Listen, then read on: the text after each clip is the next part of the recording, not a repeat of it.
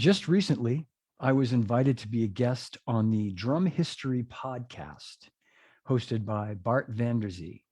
And Bart just posted it yesterday, and it's now live on his site, which is, again, the Drum History podcast. It's episode number 135.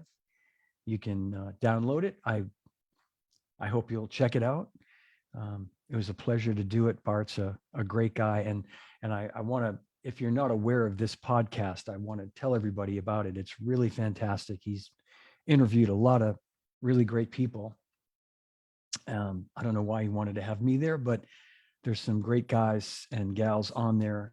So check it out. Drum History Podcast, easy to find. Just type that in your browser. You'll find it. Lots and lots of great episodes on there. And Bart does a great job. So I want to thank him if he's watching for having me last week. I had a great time, and I hope you enjoy that episode. So I think that's all the housekeeping I have for the moment. So here we go. I'm going to go ahead and bring on my guest. Once again, thank you for watching today. This is episode 68, live from my drum room with my very special guest, Gerry Brown. So please welcome my very good friend, Gerry Brown.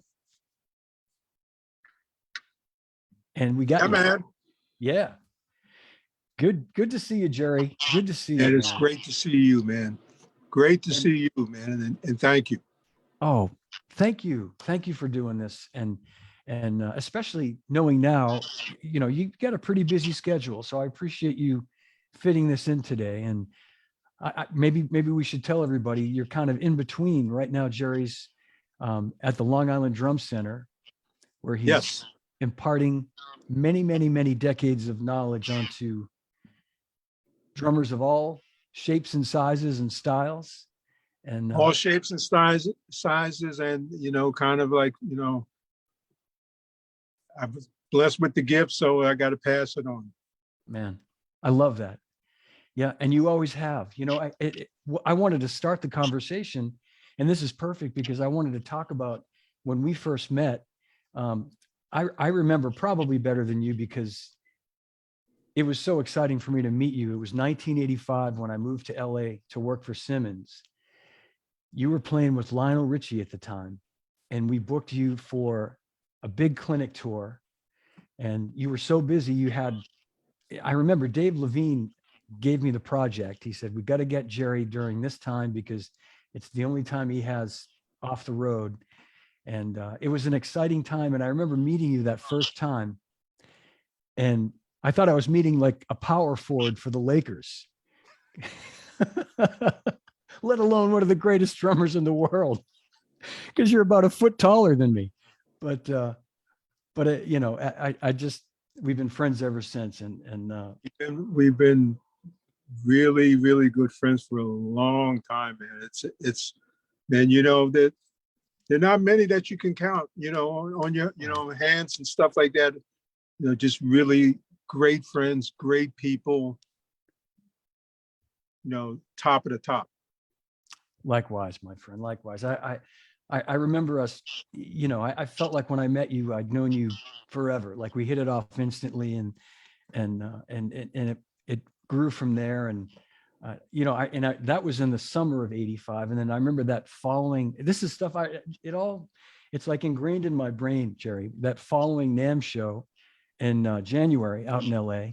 I was still working for Simmons, and you came, we had a big display. We had people demoing the product, and you came up and played. It was the first time I'd actually had a chance to see you play, other than, maybe messing around at the shop there.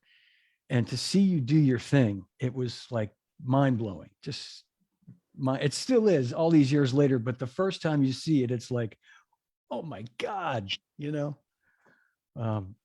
Thank you, man. Thank you. Yeah. And, Yeah. Just kind of, it's been passed on from the ancestors. So I'm just doing my thing, and now I'm passing it on. That's beautiful. So let's talk about that. I know you've been playing a long time, since you were really young, born in Philly, right? Yes. Born and raised in Philly. and I got to think the Philly sound was a big influence growing up. That was, I mean, Oh, you were in well, the, not only a bit, yes, absolutely an influence, but there's something that I don't think many people know, and that is, and this is on a, you know, on another level. My mom and dad, they love to dance. So make this short, they used to go to the Savoy Ballroom in New York. My mom was pregnant. She told me, I was pregnant with you when wow. your dad was taking me up there to the Savoy Ballroom. I So I absolutely was no, hearing it from the inside, man. yeah, man, absolutely. No, I have no doubt. That's it, man. That's, I mean, there's, you hear of these situations like that where the music was introduced to you in the womb, and there it is. You know, I mean, it's like you came out with it ready made, ready to go. You Oh, know, that's so beautiful. Yeah. yes, yes, but yes, definitely that, you know, those things from Philadelphia, you know, as in many places in America, in major cities, you know, you could actually say, man, there must be something in the water, Yeah. you Yeah. know. But anyway, in my case, Philadelphia. Well, I mean, knowing how, you know, roughly your age, and knowing what that scene was like it when you were coming up as a player. I mean, it was like the perfect storm for being like in all that great music that was happening at that time. It had to be It just was such a a great time. storm, and this is a time when um, uh, there was a real, you know, music education in the school system, and that's where I met Stanley Clarke Yes. Yeah. um, at 12 years old, and they had it in Philadelphia, like all these organizations, all city orchestra and band, in elementary, junior high school, and high school. So I met Stanley at 12 years old. We were, you know, we grew up in different places in the city. However, those groups would get together on Saturday afternoons, and then just by chance talking with him, and you know, finding out, you know, he's telling me who he's listening to. I tell him who I'm listening to. It's like, well, you know, let's try and get together or something like that. And then it started these really special moments where we could actually get in a room, you know, Yeah. just, maybe a three-piece kit, one ride cymbal, one hi-hat, and I think it was a Slingerland Sparkle kit. And you know, so Yeah. I'm trying to emulate who I'm hearing. Yeah, and, you know, and yes, I was taking lessons, you know, and the lessons were from the classical side. Uh, um, a wonderful woman whose father was a percussionist in the Ballet Russe, but he wasn't in town. And her name is Elaine Watts, and she was going to Curtis Institute in Philadelphia. So I started studying with her. And then later on, then I studied with Alan Abel from the Philadelphia Orchestra. So Oh I had yeah. the Yeah. classical thing, but I was always hearing, you know, the records that my dad and my mom would buy Yeah. and Yeah. trying to emulate. And who were some of the guys, Gerry? Who were some of the drummers as a young drummer that you were listening to, trying to emulate? And I think one of the first things I heard was Cozy Cole, Yeah. Topsy, Yeah. Yeah. one. So I heard that, and then the killer for me was Art Blakey, and I heard the song Blues March, and you know, just listen to his solo, and he did a press roll that just sounded, for me, it's like, oh, I'll never be able to do this. And I think I actually kind of like started crying, and my dad said, "What's the matter? What's the matter? What's the matter?" Man, I'll never be able to play a role like that. I'm paying for those lessons, man. Just keep practicing, keep practicing. So big influence, and then this other thing, and I don't know if this happened in other cities, but in Philadelphia, in the section that I lived in, West Philly, there was the Elvin Jones crowd. Yeah. And Stanley lived in Roxbury. It was the Tony Williams crowd. Dig. So, Okay. Yeah. Yeah. so I was, man, I'm hearing this stuff, and then there was a program that, a precursor to 60 Minutes, but it was a music program, and then I saw Miles and Jimmy Cobb, with the band. And it's like, man, I'm listening to that, and then Joe Morello saw that, and then Lionel Hampton, and then Yeah. Lionel was doing that, and then like spinning the sticks. It's like,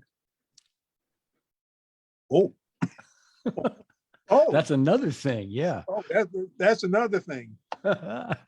So and then getting older, and then I saw like a couple of clips of Keith Moon. And I mean, now I wasn't knocking over the kids, but sometimes every once in a while, it's like, yeah. Yeah. oh, See, I didn't know that. So that he had an influence on you, like your showmanship part of it. Yep. Yeah. Wow. That's so cool. Man, what a great, a great foundation. You had all these different influences just sort of all pouring in. And I love love the whole thing of like the Elvin side of town and the Tony side of town, and like the two worlds colliding, like, yeah. I know, man. And so, yeah, that was intense. So yeah, many times, I just as a teenager, whatever, you wanted to go and hang with the guys and things like that, but that didn't really happen because all these other influences were going on, and being aware of the time, and in this case, middle class row houses, and it's like I knew that I had between like maybe 3 o'clock and 5:30, to practice, and then people coming home from work, and although they would be nice, it's like, yeah. Mr. Brown, can you tell Gerry? So I had to fit it in. Yeah, I understand. Yeah, no matter how great it was sounded, I'm sure the neighbors coming home from work were like, yeah. Hey, Gerry, I have to tell you, so there's a lot of folks watching, a lot of our old friends, and Wes Faulkner from Explorers Percussion in Kansas City says, great. Gerry was the first Explorers Percussion drum clinic back in 1986. So wow. How about that? Yeah. Thanks for watching. Thanks. Yeah. Thanks, Wes. Thanks for a couple of guys. A guy that I introduced you to, I think I introduced you at a NAMM show a few years ago, Rich Farrago, who makes the bass drum beaters. Yeah, he's watching. He says hello. Yes. Yeah. Great guy, man. Great dynamic guy. beaters. Yeah, great guy. He's a great guy, that Rich. Man, so you and Stanley, I knew you had this long history as teenagers. You guys started playing, and then did you guys move to New York together or at the same time? No. We were in college together. This college is now called University of the Arts. Mm-hmm. But at that time, it was called Philadelphia Music Academy, and we were students there. I think the dean of the school, Mark DiCiani, he was there at that time. The bassist John Lee was there. Alfonso Johnson, Wow. also from Philadelphia, he was there.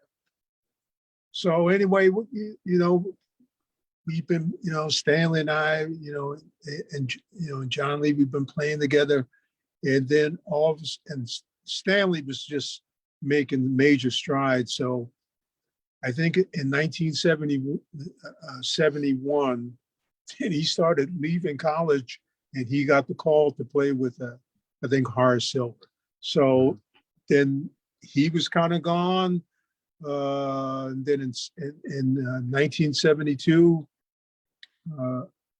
my friend John Lee and I, we used to religiously go see Herbie Hancock whenever he came into Philadelphia. And, I'm watching Billy Hart. Oh yeah. So, he and Buster Williams, it's like, man, he's just looking. And so John brought up to Herbie's like, man, any gigs and things like that happening? Blah, blah, blah, blah. And he said, yeah, I know of a flautist, a Dutch flautist, Chris Henze. He's kind of looking for, rhythm section. So John started correspondence with him. He made a tape in which I played on the tape. And then so the flautist said, oh yeah, you sound good on bass. Oh yeah, by the way, tell the drummer he can come too. Oh man. So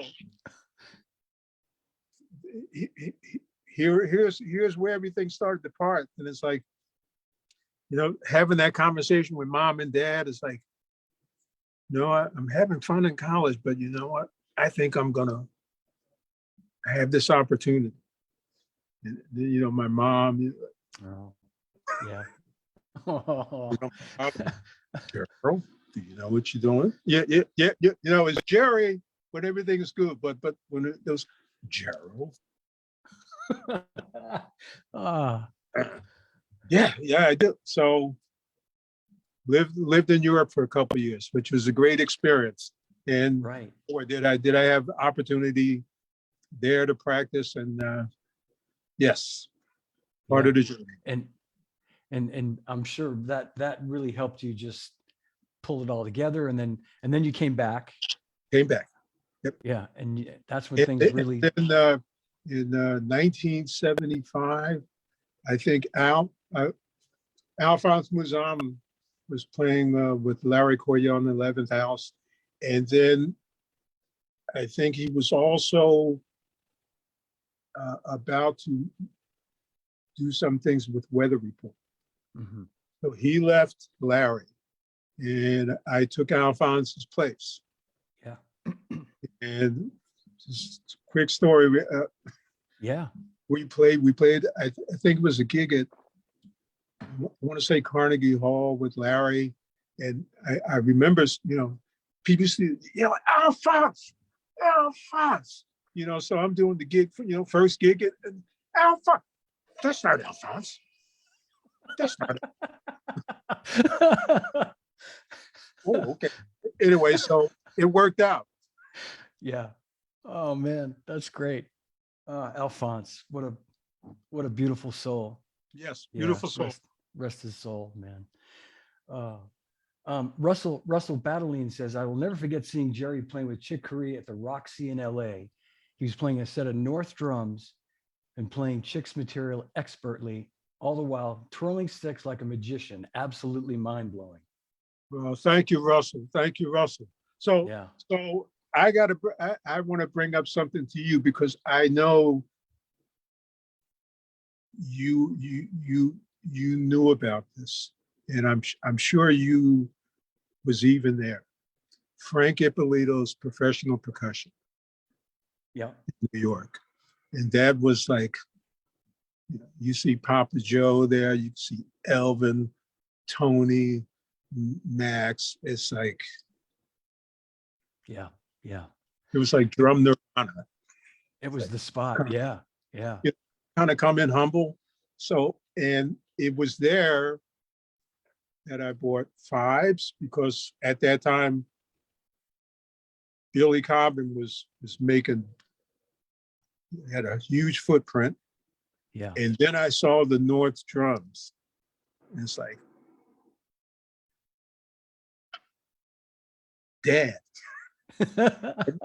I know I'm back from Europe and I did well and stuff, but I need a little lull. I got some North drums, and that was, with Chick, God rest his soul, and yeah. Stanley, and also, the school days thing happened, and by the way, a little shout out to my friend, another friend, Paul Jameson, and it was a kit Yeah. that Jameson had that I used on Music Magic with Chick Corea. And Paul Jameson, he's got He's the stuff. Too. he's I know, yeah. JMO's the man. Was it a Gretsch kit? Do you remember, Jerry? Was it? I know he has a lot of Gretsch. He likes It was either Gretsch or Ludwig. or Ludwig, yeah. And jumping back to the North set that you bought, was it a full, like was it an entire North set with a regular Yeah, snare drum? so I had two 10-inch toms, a 12, and the standing toms were two 14s, Wow. and that bass drum, which was like, I guess was a 20 or 22, Yeah. but it What a looked great. sound. However, I think at that time, for that shape of those drums, they didn't really have the cases to go with them. So Right. the people that were, I was fortunate enough that I didn't have to move them. But I think the people that were moving them for me in these cases with Chick and Stanley, I don't think they had really the happiest time. Yeah. Yeah. Gerry, you're great, man, but these drums, man, it's not right.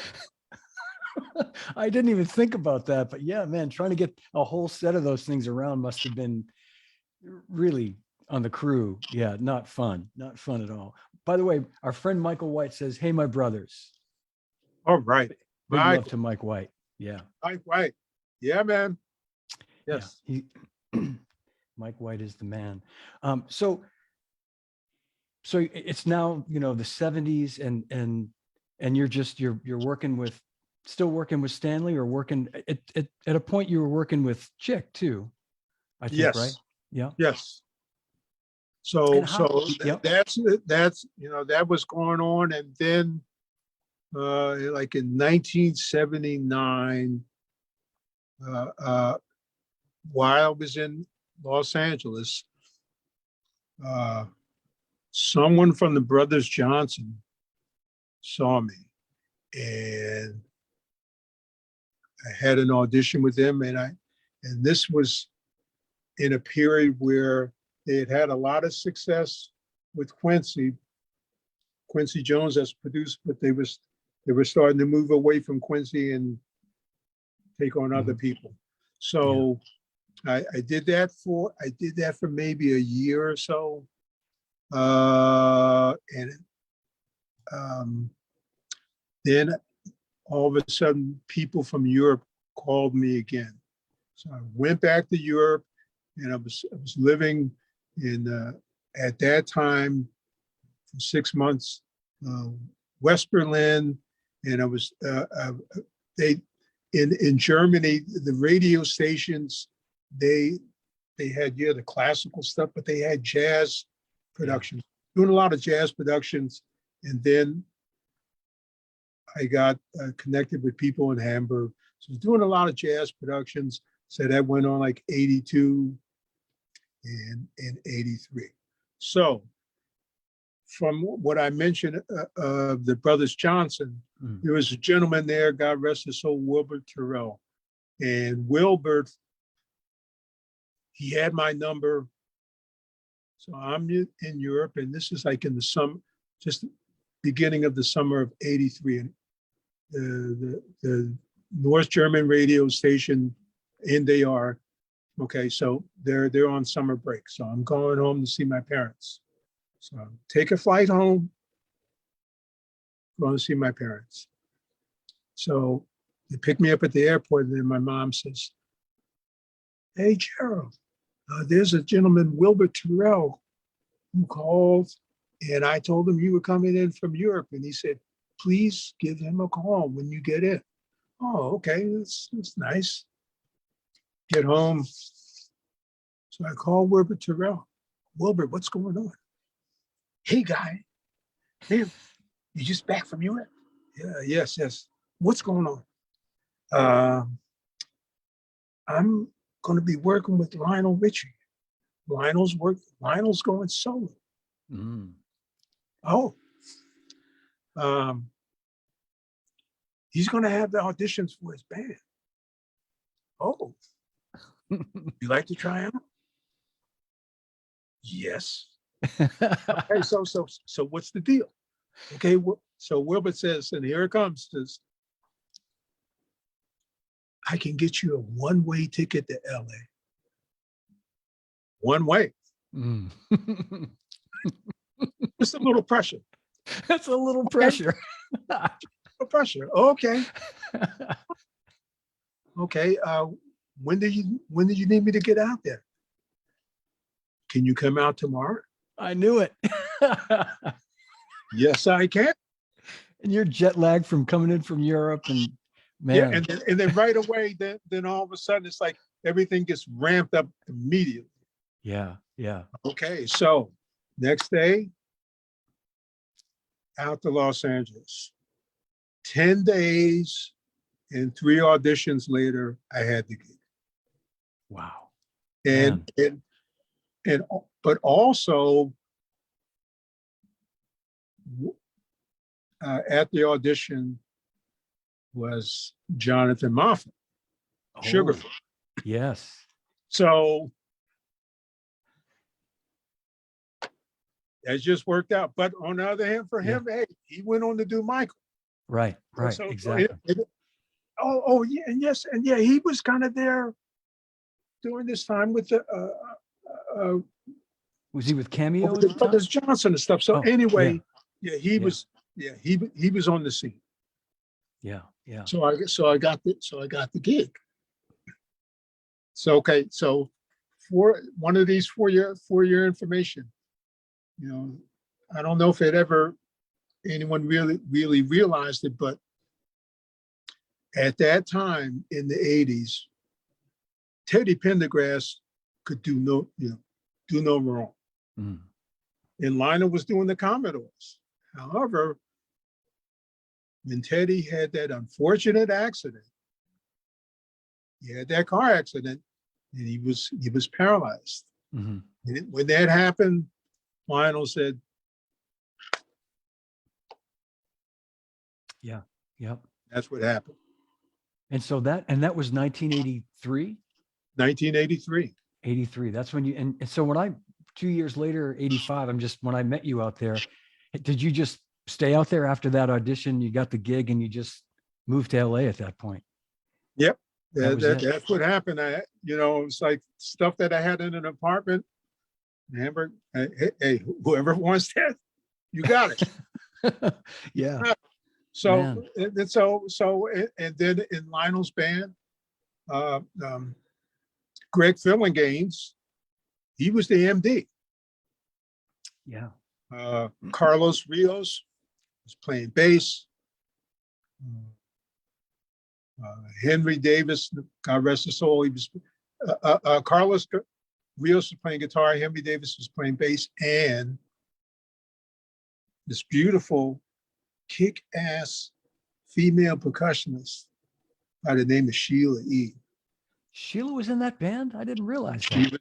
She was in that first band. Yes. Wow. Yeah. Man. I just heard from Sheila the other day. She's going to be in Boston this Saturday at City Winery. Yeah. She invited Kelly and I to come, and I said, we're kind of staying, not to detract from your show here, but I told her I'd let her know we're kind of staying indoors these days. But please send my love and I will. Yeah. Respect to her. Yeah. So yeah, she was in the band, but not for long, because Prince saw her, and yeah, I know. Well, that's right, because 84 she joined Prince's band and then had a great solo career after that. And wow, man, I love that all these everybody's so interconnected. It's great. It's all connections, man. Yeah. And I just want to say, within these stories, it's like, you meet people, and you meet great musicians, and I'm very blessed and fortunate. But there's, beside the playing thing, there's also those people skills and how to read people. And I think that it's all connected. Yeah. Yep. And do you, Jerry, when you, during your teaching, do you emphasize that as well? I mean, I know Yes, I do. you Yeah. do. That's great. Yeah. And I figured you did. I mean, that's because, you know, the people that you've played with, it's like, it's the cream of the crop, you know, and people don't get those gigs if they don't have all those components, you know. I mean, a lot of great players out there, no doubt.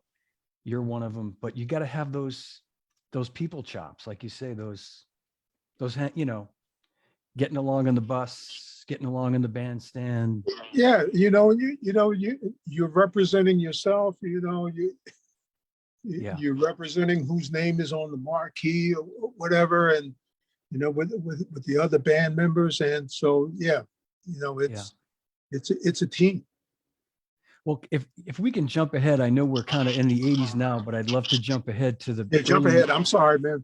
No, no, this is great, man, and people are digging it. You got a lot of great comments here, um, but to jump ahead to the early 90s when you're playing with a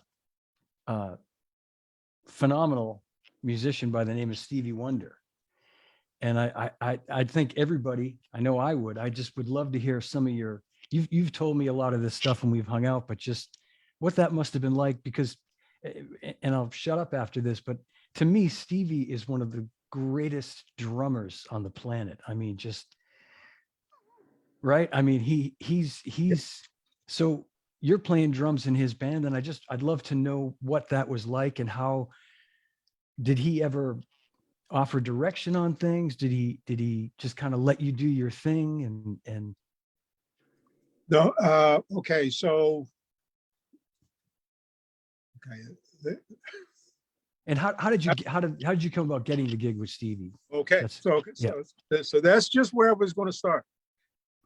So I'm playing with another great musician, starting in 1988. I'm playing with George Benson. Right. Sorry to skip over George So, Benson. Oh man. so George Benson. So I'm on that gig, and then in 1991, I remember meeting Nate Watts, who is Stevie's bassist and music director. Mm-hmm. So he and Stevie's half brother, Milton Hardaway, they came to a couple of Benson gigs. I want to say in maybe September, October, I got a call about an audition with Stevie. Okay, well, I know his music, but there's so much music, I'm trying to, listen to everything, listen to everything, listen to everything. So then it comes, then I hear, okay, well, it's going to be on this day, but it's going to happen at midnight. Ah. Midnight. Oh, okay. So do I need to bring anything? No. Just bring your sticks and yourself. Okay.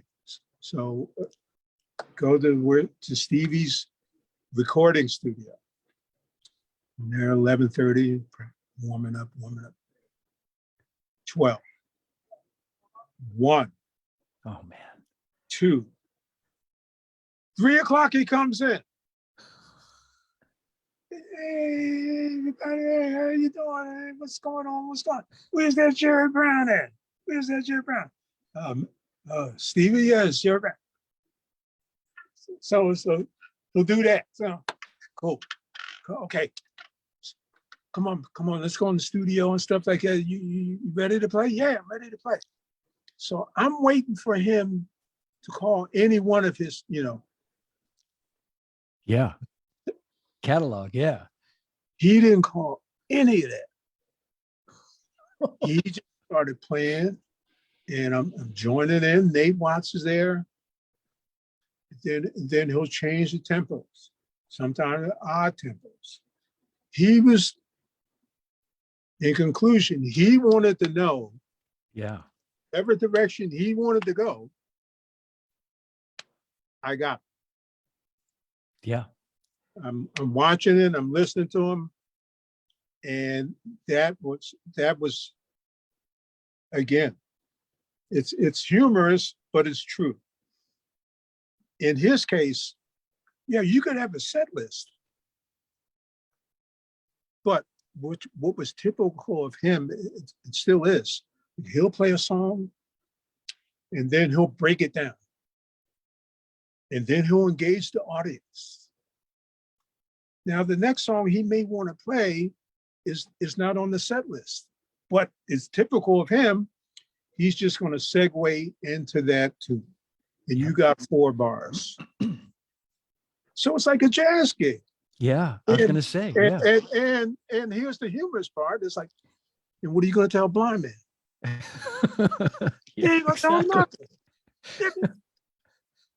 That's it. So, yeah, that would go on for, 2.5 hours. Wow. There was always a moment in the show, which I figured out soon enough, that he's going to do like 20 minutes and he's just going to, vocals, playing piano and stuff like that. That's the time you better go to the bathroom. Yeah. Better do that, because that's the worst, man. Worst thing you trying to play. Yeah, we've all. Oh, I know.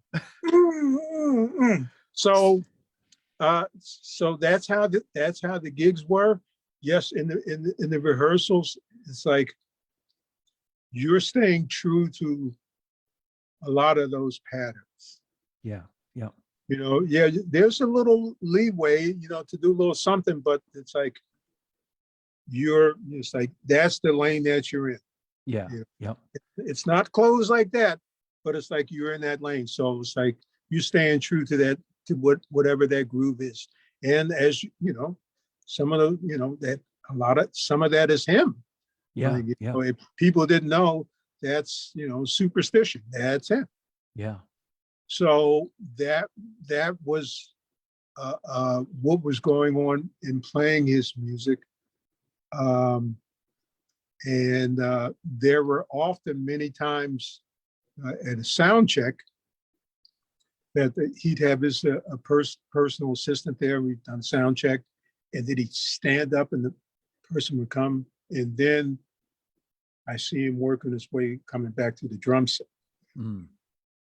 So it's like, oh, here he comes. Here he comes. I have to stand up, come up on the riser, and he sits down. And then my, so Stevie, do you know where everything is? Do you know where everything is? I know where everything is. I'll bet he did too. I'll bet he did. Oh, and did he just Fix him, play the man. shit out of it? He just, Yeah. yeah. And then he played for like 10 or 15 minutes. And then that's all he wanted. Yeah. Yeah. I'm so sorry that I didn't film any of that, but he is a formidable drummer. Yeah. When I it was after we met, I was working for DW. You remember, after Simmons, I was working for DW. We had the Dynacord stuff for a while, and we were working together on that too. And one time Stevie came, this could have been 87, 88. Stevie came to the booth and got behind a Dynacord set and then got behind a DW acoustic set. And he had his assistant with him.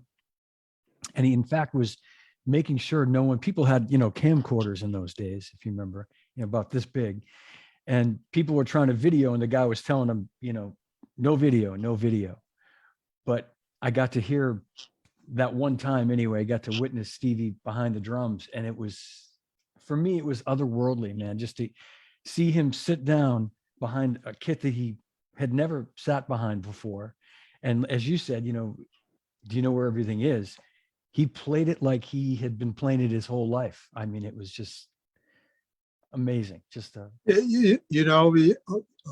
yeah, maybe he didn't have his sight, but every other sense within him is so sharp. And, Yeah.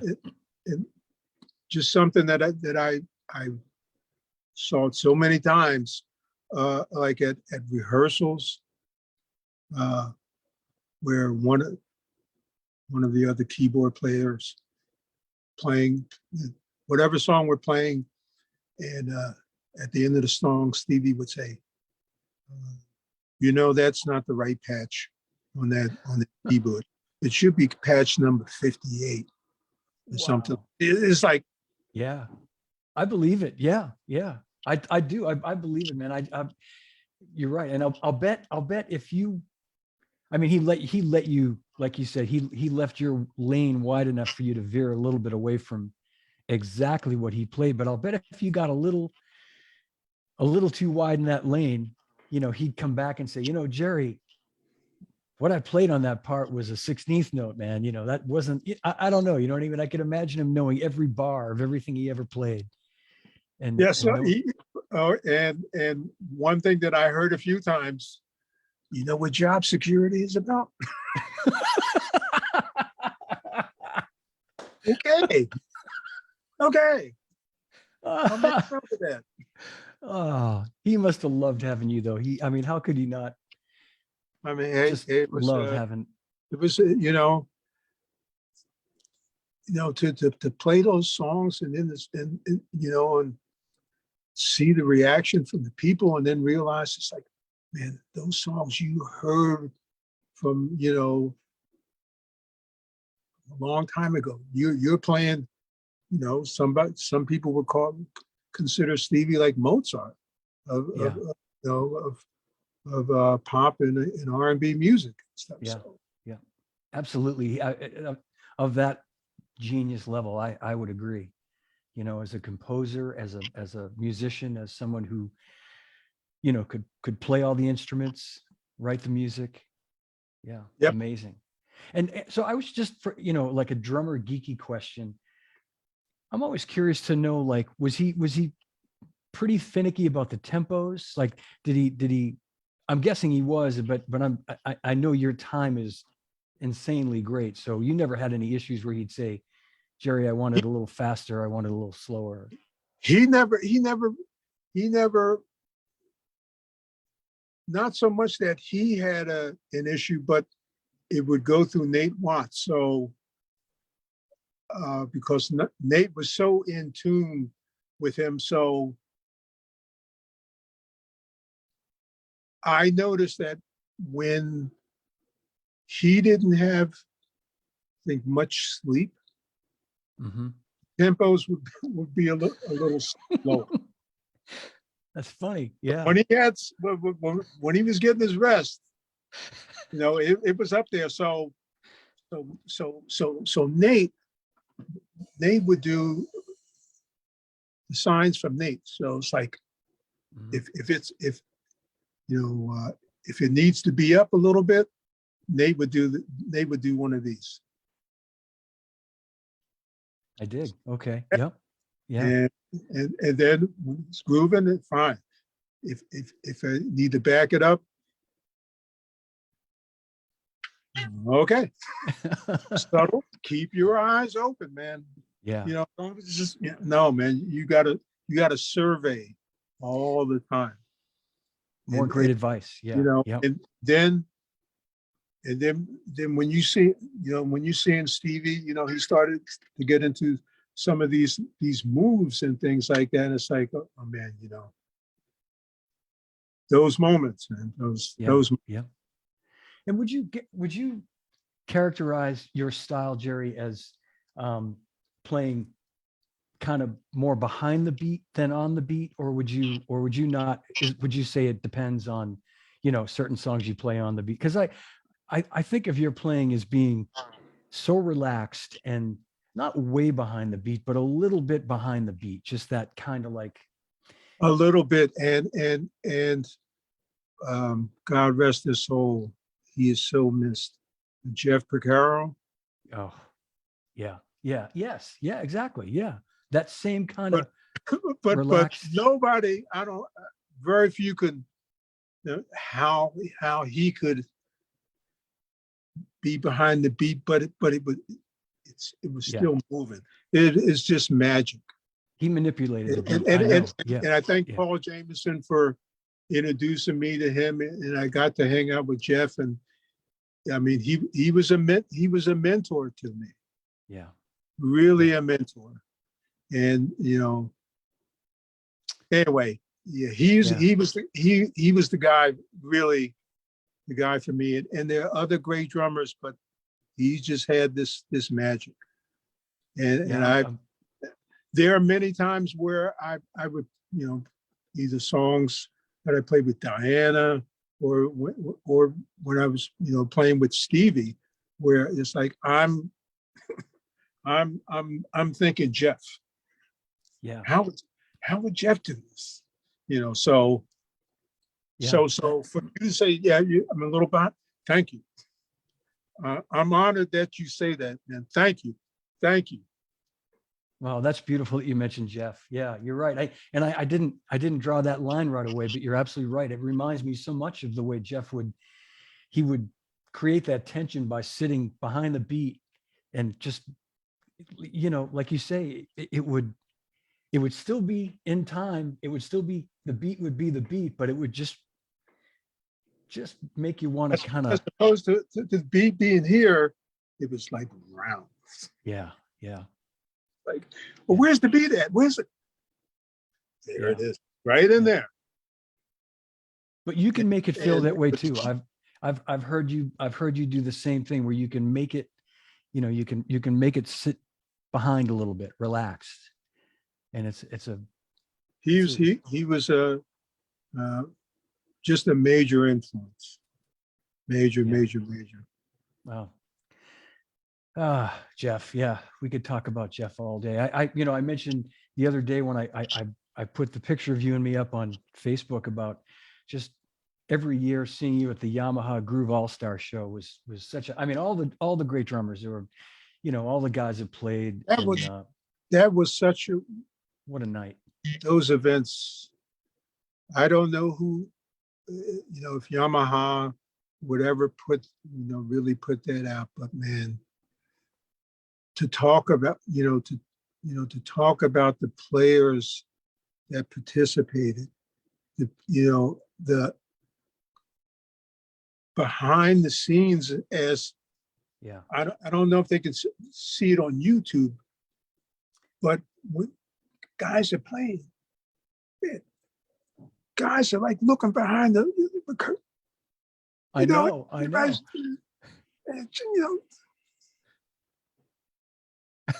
Exactly. Yeah. that's it's priceless. It was such a great hang.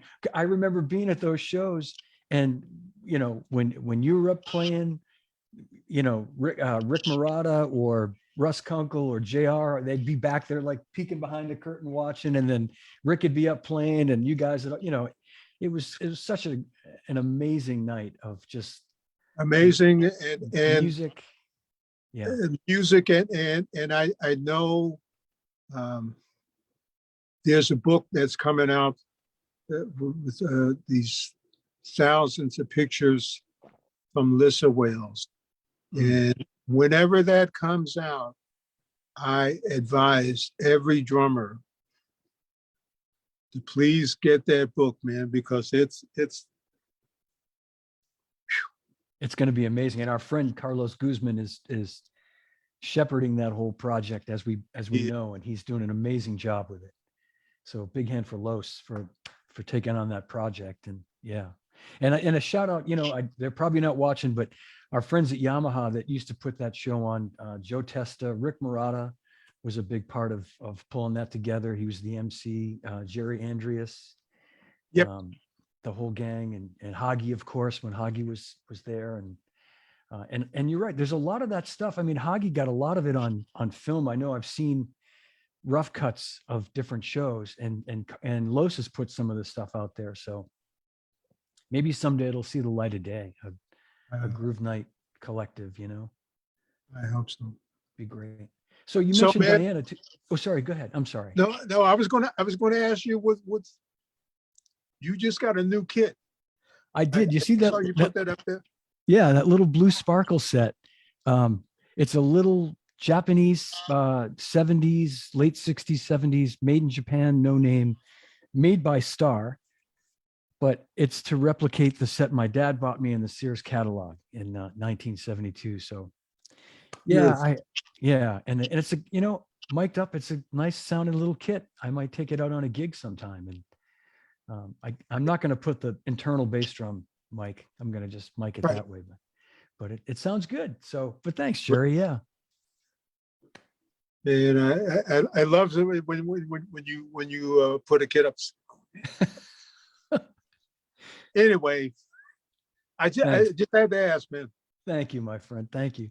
Yeah, it's been fun to play. My wife thinks she said, she said, you're actually playing that set? I said, yeah. It was originally going to just kind of be to remember my dad, and I was going to just leave it somewhere, but I've been having fun playing it. So Great. it's been fun. But I was just going to say, you mentioned Diana, and that leads to, at one point, I remember you were playing with Stevie and Diana Ross kind of at the same time when Yeah, I was double dipping. It just worked out for about that's amazing. 4 years. It worked out, and then there was one time in 2004, and I was with Diana, and I was in Italy, and then I got a call from Nate. Gerry, where are you? Man, I'm over in Italy with Diana. Uh-oh. You know, Steve's going to do some gigs over in London. Oh, So yeah. No, it's a familiar story. I mean, it's cool that you had that much time where you were doing both of those huge iconic gigs, and but you still work with Diana now, kind of when things aren't crazy and yeah, yes, a lot of corporate shows and since we were we were in South Florida, and I want to say on maybe like March 13th, a good friend of mine, I think you know him, Rich DiClemente. yes, in fact, he's watching. Yeah, Oh, Rich is watching. Okay, so he's Rich, watching. Yeah, so anyway, Rich is and good me, I'm a guy. big sports fan. So I was down in South Florida and said, "Come on, man, let's take in an exhibition game." So we went to an exhibition game. It was Washington Nationals, Houston Astros, and then next day, then it's like Boom. everything starts Yeah, shutting down. So since that time, haven't nothing's happened with Diana. We are to do her first gig 12th of February in Orlando in Disney. great, Hope great. that Yeah. doesn't get canceled. Rehearsals will start very, very soon. So Mhm. there you Just go. going to ask you that. So, how much rehearsal where you guys haven't played in almost 2 years? How much? I wouldn't think you'd need even really that much rehearsal, though. Probably, right? I mean, Probably not that much rehearsal. It's going to kind of like riding the bike. yeah, yep, yep. Get on the bike. But Okay, we're good. what a thrill it must be to play with Diana Ross. I mean, it's It's just another, yeah, classic. Classic. Timeless music. That yeah, to say that about uh, uh, Diana and Stevie, that so many of those songs are the soundtracks of our lives. absolutely, You absolutely, hear these yeah, things and it's like, man, what was I doing when that came out? Oh yeah, I was here, and blah blah blah blah blah. yeah, But but for the planet, those songs, and yeah, it's amazing, you know, uh, you know, different places on the planet where they don't speak English, but they're out there humming the songs, and whether they, maybe they don't understand the words of the lyrics, but they know the songs. Yeah, exactly. Yeah. And how many artists can we name that you turn on the radio and you hear those songs still in rotation, Still in like rotation. in Exactly. rotation, like they're like they just came out and they're, on the charts like they were 50 years ago. They're still played all the time. I mean, they're just like you said, timeless. They're just timeless classics. Yeah. I could play Supreme songs, and I mean, not well. I'd play them lousy, but I could play them all night long for the rest of my Yeah, life. it's almost, drummer says like Keltner, Gadd, Gadsden, Yeah, uh, Harvey Mason, Tony Williams.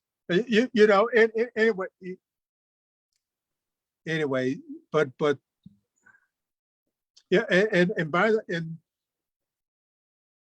who I replaced with Stevie was Dennis Davis, yes, yeah, because he was going on to Bowie. right, So yeah. Another I great, followed some yeah, heavy duty cats, man. yeah, yeah. So Dennis, it's a hot seat, and yeah, yeah, just one other thing I just want to say, and I know the drummers will I'm sure they'll be happy that I said it, but just my acknowledgement. It's like when you get these gigs, you think it's like how many people would love to have my gig? That's enough to make you humble. It's like I you know I don't want to mess up and stuff, yeah, like yeah, but yeah, how many people would love to have it? yeah. So for me, it it made me even more humble. So just That's that's how I that's got the situation came to me. To be thankful and with gratitude. that's great advice, Jerry. No, and you're right. That keeps you and other people grounded, knowing that I can't get all full of myself, because there's a lot of people would love to have this gig, and got to just like you say, stay in the lane, do the job. Any possibility before we let you go, any possibility you have a pair of sticks handy, we could just see a little twirl, like a little famous Gerry Brown signature, for anybody who hasn't seen this? And I know it's not Yeah, the same. I'll take some of these. Don't mind the tape on them, All right. but anyway, sometimes I'll do it this way, and then sometimes I go backwards to play the downbeat. So backwards, boom, boom, boom. Oh, and yes, I have to give a shout out to Drum and Bugle Corps. I saw Okay. 1963 or 64. I'm showing my age. Philadelphia Eagles were playing the Cleveland Browns. Halftime. And here come the Reading Buccaneers. And they were doing the backstick. Oh yeah, yeah. That's serious, man. And so my yeah. dad says, "Oh, you want to go with me? Want to go with me to the concessions?" Oh, no. No. Yeah. That's cool. And people watching at home, what Jerry just did is amazing. But when you see you do that on a drum set, it's in the middle of a fill, in the middle of a song, in perfect time. It's mind blowing. And I've seen you do it 100 times, but every time it's as cool as the first time I saw it. It's just. Thank you, man. Thank you. The But groove never. as you know, it's all about the groove, I because know. grooves don't lie.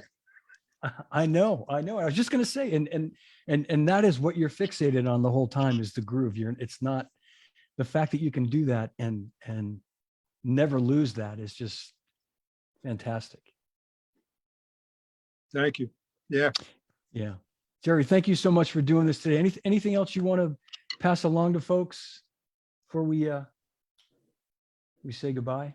Something that I can't speak about it a lot, but there's a project that Nico McBrain and I are working on Whoa.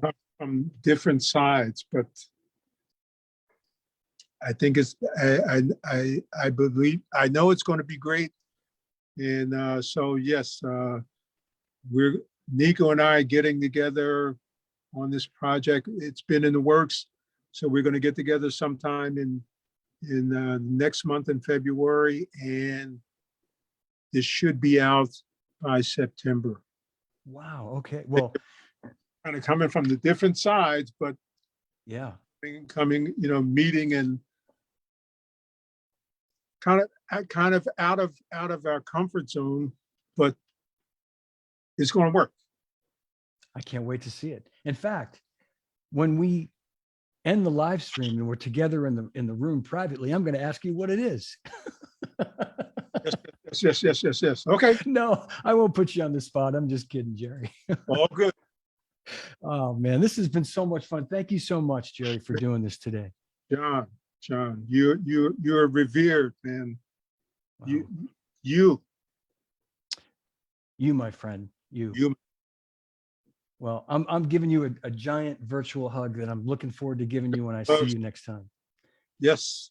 Thank you. Yes. And I know I speak for everybody here when I say thanks for doing what you're doing and passing along the knowledge and the everything, as you said, paying it forward, passing it on to the next generation, and sharing what you know. That's and John, my craziness with coming up with things, and I see a young great drummer. Oh man, the drummer world is in good, good hands and good feet. You're good. Yeah. Yep. Great. All right. Well, everybody, thanks so much for watching today. A big hand for Gerry Brown.